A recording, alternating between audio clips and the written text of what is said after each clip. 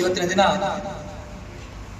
ರಾಜ್ಯದ ವಿವಿಧ ಪ್ರವಾಸಿ ತಾಣ, ರೆಸಾರ್ಟ್ ಹಾಗೂ ಹೋಮ್ ಸ್ಟೇಗಳಲ್ಲಿ ಪ್ರವಾಸಿಗರ ಭದ್ರತೆ ಕುರಿತು ಮಾನ್ಯ ಸಾಹೇಬರು ತಮ್ಮನ್ನೆಲ್ಲ ಉದ್ದೇಶಿಸಿ ಕೆಲವೊಂದಿಷ್ಟು ವಿಷಯಗಳನ್ನು ಚರ್ಚಿಸಲು ಬಂದಿದ್ದಾರೆ. ಮಾನ್ಯ SP ಸಾಹೇಬರು, ದಕ್ಷ ಅಧಿಕಾರಿಗಳು ನಮ್ಮ ಬಾದಾಮಿ ಠಾಣೆ ವತಿಯಿಂದ ಹಾಗೂ ತಮ್ಮೆಲ್ಲರ ಪರವಾಗಿ ಅವರಿಗೆ ಪೂರ್ವಕಾಲ ಸ್ವಾಗತವನ್ನು ಕೊಡ್ತಾ ಇದ್ದೇನೆ. ಅದೇ ರೀತಿ ಮಾನ್ಯ DSP ಸಾಹೇಬರು ಕೂಡ ಬಂದಿದ್ದಾರೆ. ಅವರಿಗೂ ಕೂಡ ನಿಮ್ಮೆಲ್ಲರ ಪರವಾಗಿ ಪೂರ್ವಕವಾದ ಸ್ವಾಗತವನ್ನು ಕೊಡ್ತಾ ಇದ್ದೇನೆ. ಮಾನ್ಯ ತಹಸೀಲ್ದಾರ್ ಸಾಹೇಬರು ಕೂಡ ಈ ಕಾರ್ಯಕ್ರಮಕ್ಕೆ ಆಗಮಿಸಿದ್ದಾರೆ. ಅವರಿಗೂ ಕೂಡ ನಿಮ್ಮೆಲ್ಲರ ಪರವಾಗಿ ಪೂರ್ವಕವಾದ ಸ್ವಾಗತವನ್ನು ಕೊಡ್ತೇನೆ. ಮಾನ್ಯ CPI ಸಾಹೇಬರು ಬಾದಾಮಿ ಅವರು ಕೂಡ ಈ ಕಾರ್ಯಕ್ರಮಕ್ಕೆ ಆಗಮಿಸಿದ್ದಾರೆ. ಅವರಿಗೂ ಕೂಡ ನಿಮ್ಮೆಲ್ಲರ ಪರವಾಗಿ ಸ್ವಾಗತವನ್ನು ಕೊಡ್ತೇನೆ. ಅದೇ ರೀತಿ ಚೀಫ್ ಆಫೀಸರ್ ಡಾಂಗೆ ಸಾಹೇಬರು ಅವರು ಕೂಡ ಬಂದಿದ್ದಾರೆ. ಅವರಿಗೂ ಕೂಡ ನಿಮ್ಮೆಲ್ಲರ ಪರವಾಗಿ ಸ್ವಾಗತವನ್ನು ಕೊಡ್ತೇನೆ. ಪ್ರಮುಖವಾಗಿ ಹಾಗೂ ಎಲ್ಲ ಸರ್ವ ಸದಸ್ಯರಿಗೂ ಕೂಡ ಈ ಕಾರ್ಯಕ್ರಮಕ್ಕೆ ಸ್ವಾಗತ ಕೋರುತ್ತಾ ಮುಂದಿನ ಕಾರ್ಯಕ್ರಮ ಮಾನ್ಯ ವಿನಂತಿಸಿಕೊಳ್ಳುತ್ತೇವೆ. ಎಕ್ಸಿಕ್ಯೂಟಿವ್ ಮ್ಯಾಜಿಸ್ಟ್ರೇಟ್ ಅವರಿಗೆ ಗಮನಕ್ಕೆ ತರ್ತಕ್ಕಂಥದ್ದು ಕೆಲಸ.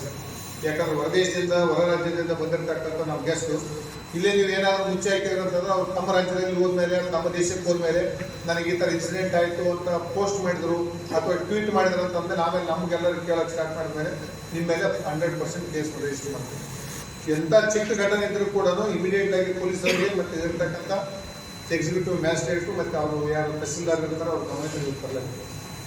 ತಾಲೂಕಲ್ಲಿ ಇರ್ತಕ್ಕಂಥ ಪ್ರತಿಯೊಬ್ಬರು ಎಷ್ಟೇ ಇರಲ್ಲ, 2.5 ಲಕ್ಷ ಇರಲಿ, 3 ಲಕ್ಷ ಇರಲಿ, 5 ಲಕ್ಷ ಇರಲಿ, ಪ್ರತಿಯೊಬ್ಬರಿಗೂ ಕೂಡ ಫಂಡಮೆಂಟಲ್ ರೈಟ್ ಯಾರು ಇಲ್ಲಿದ್ದವ್ರು ಇರಲಿ ಹೊರಗಡೆ ಬಂದವರಿರಲಿ ಅವರ ತಾಲೂಕಲ್ಲಿ ಅವರು ಬಂದ ತಕ್ಷಣ ಅವ್ರದ್ದು ಸೇಫ್ಟಿ ಸೆಕ್ಯೂರಿಟಿ ಅವ್ರದ್ದು ಫಂಡಮೆಂಟಲ್ ತಹಸೀಲ್ದಾರ್ ಸಾಹೇಬ್ ಇರತಕ್ಕಂಥವ್ರು ಗ್ಯಾರಂಟರ್ ಬರ್ತದೆ, ಕಾನೂನಲ್ಲಿ ಬರೆದಿದ್ದಾರೆ. ಅವ್ರದ್ದು ಗ್ಯಾರಂಟರ್ ಅವರು ನಾನು ನಿಮಗೆ ಬಂದು ನಮ್ಮ ತಾಲೂಕಿಗೆ ಬಂದರೆ ನಾನು ನಿಮಗೆ ಗ್ಯಾರಂಟಿ ಕೊಡ್ತೀನಿ, ನಿಮ್ಮದು ಫಂಡಮೆಂಟಲ್ ರೈಟ್ಸ್ನ ಹಾಳಾಗದ ರೀತಿಯಿಂದ ನೋಡ್ಕೊಳ್ತಕ್ಕಂಥ ಜವಾಬ್ದಾರಿ ಅವರು ಇರ್ತಾರೆ. ಸೊ ದಯವಿಟ್ಟು ಏನೇ ಸಣ್ಣ ಇನ್ಸಿಡೆಂಟ್ ಇರ್ತಂದ್ರೂ ಕೂಡ ಪೊಲೀಸ್ ಅವರಿಗೂ ಮತ್ತು ತಾಲೂಕು ಎಕ್ಸಿಕ್ಯೂಟಿವ್ ಮ್ಯಾಜಿಸ್ಟ್ರೇಟ್ ಅವರು ತಹಸೀಲ್ದಾರ್ ಅಲ್ಲ, ತಾಲೂಕು ಎಕ್ಸಿಕ್ಯೂಟಿವ್ ಮ್ಯಾಜಿಸ್ಟ್ರೇಟ್ ಅಂತ ಅವ್ರು ಗಮನಕ್ಕೆ ತರ್ತಕ್ಕಂಥದ್ದು ನಾವು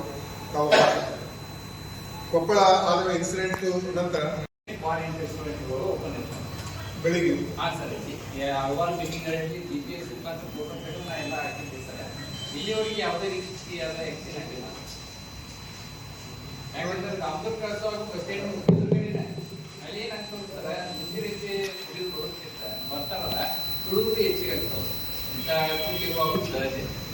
ಇದು ನೋಡಿ. ಈ ಮೀಟಿಂಗ್ ಮೂಲಕ ಎಲ್ಲರೂ ಕೂಡ ತಮ್ಮ ಮಿತ್ರರಿಗೆ ಬೆಳಿಗ್ಗೆ ನಿಮ್ಗೇನು ಲೈಸೆನ್ಸ್ ಕಂಡೀಷನ್ ಇದೆ 9 10 ಗಂಟೆಗೆ ತೆಗಿತಕ್ಕಂಥದ್ದು, ಮತ್ತೆ 9:30ಗೆ ಇರ್ತಕ್ಕಂಥದ್ದು, ಮತ್ತೆ ವೈನ್ ಶಾಪ್ ಇರ್ತಂದ್ರೆ 10ವರೆಗೆ ಕ್ಲೋಸ್ ಮಾಡ್ತಕ್ಕಂಥದ್ದು, ಬಾರ್ ಅಂಡ್ ರೆಸ್ಟೋರೆಂಟ್ ಇದ್ರೆ 11 ಗಂಟೆಗೆ ಕ್ಲೋಸ್ ಮಾಡ್ತಕ್ಕಂಥದ್ದು ದಯವಿಟ್ಟು ಫಾಲೋ ಮಾಡಿ. ಅವರು ಅದು ಏನಾದರೂ ನೀವು ಓಪನ್ ಮಾಡಿರ್ತು ನಾಳೆಯಿಂದ ಸಿಕ್ತೆ ಅಂತಂದ್ರೆ 100% ನಾವು ಕೇಸ್ ದಾಖಲು ಮಾಡ್ತೀವಿ. ಯಾವ ಕಾರಣಕ್ಕೂ ಓಪನ್ ಮಾಡಲ್ಲ, ಲೈಸೆನ್ಸ್ ಕ್ಯಾನ್ಸಲೇಷನ್ ಇಮಿಡಿಯೇಟ್ಲಿ ಮಾಡಿಸ್ತಕ್ಕಂಥದ್ದು ಮಾಡ್ತೀವಿ.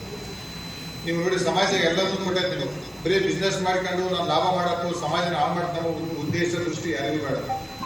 ಎಲ್ಲ ಸರ್ಕಾರ ಎಲ್ಲ ಸವಲತ್ತನ್ನು ಕೊಟ್ಟಾಗ ಓದರಿಂದಲೂ ಫ್ರೀನೇ ಸರ್ಕಾರ ಕೊಟ್ಟಿರ್ತಕ್ಕಂಥ. ಎಷ್ಟು ವರ್ಷ ನೀವು ಏನಿದ್ದೀರಿ ಮ್ಯಾನೇಜರ್ ಮಾಲೀಕರ? ಎಷ್ಟು ರೂಮ್ಸ್ ಇದೆ ನಿಮ್ಮಲ್ಲಿ? ರೂಮ್ಸ್ ಎಷ್ಟಿದೆ? ಸಣ್ಣ ಹೋಟೆಲ್ ರೂಮ್ಸ್ ಎಷ್ಟಿದೆ? Hotel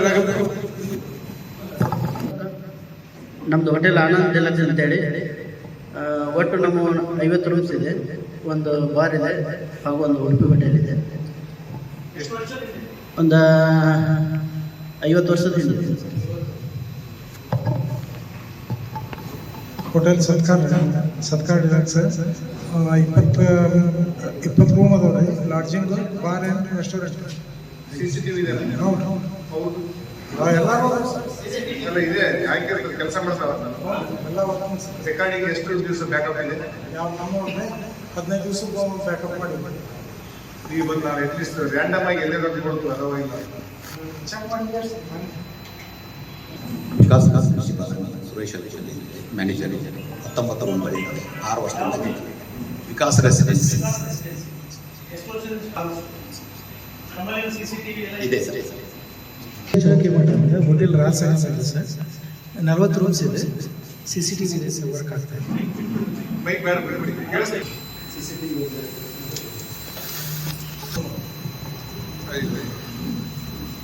ಎಂಕಣ್ಣ hospital ಮುಖಾಬಿಕಡಿಲ್ಲ. ಎಷ್ಟು ರೂಮ್ಸ್ ಇದೆ? 15 ರೂಮ್ಸ್. ಹೊರಗಡೆ ಬಂದ್ರೆ ಗೊತ್ತಾಗುತ್ತೆ.